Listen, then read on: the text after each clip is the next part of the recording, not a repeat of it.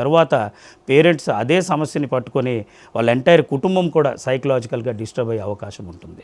అందుకు ఖచ్చితంగా మాటలు ఒక 6 నెలల నుంచి ఏడాది లోపు చిన్నగా ఏదో బ్యాబ్లింగ్ అంటాము, అంటే వాళ్ళు చిన్న చిన్న సౌండ్స్ చేస్తారు, దానికి ఏం మీనింగ్ ఉండదు కానీ సౌండ్స్ చేస్తారు. మనం ఎప్పుడైతే మనం మాట్లాడడానికి వాళ్ళతో ప్రయత్నిస్తే వాళ్ళు కూడా మన మాటకి ప్రతిస్పందనగా వాళ్ళు కూడా సౌండ్స్ చేస్తారు.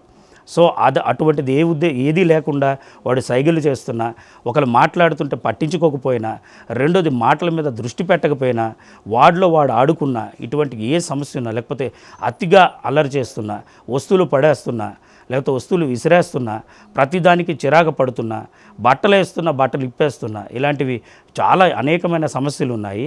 అవన్నీ ఎటువంటివి వాళ్ళు గమనించినా ఖచ్చితంగా డాక్టర్ని సంప్రదించాలి.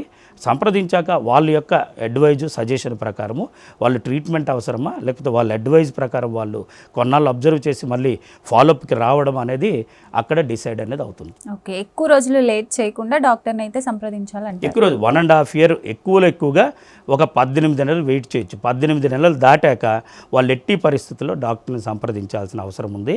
స్పీచ్ పెథాలజీ డాక్టర్ని సంప్రదించాలి. లేదు అంటే దగ్గరలో ఉండే డెవలప్మెంటల్ పీడియాట్రిషియన్ అని ఉంటారు. డెవలప్మెంటల్ పీడియాట్రిషియన్ని కలిసినా వాళ్ళు కూడా గమనించి అక్కడ ఉండే దగ్గరలో ఉండే స్పీచ్ పెథాలజిస్ట్ డాక్టర్ని వాళ్ళు రిఫర్ చేస్తారు.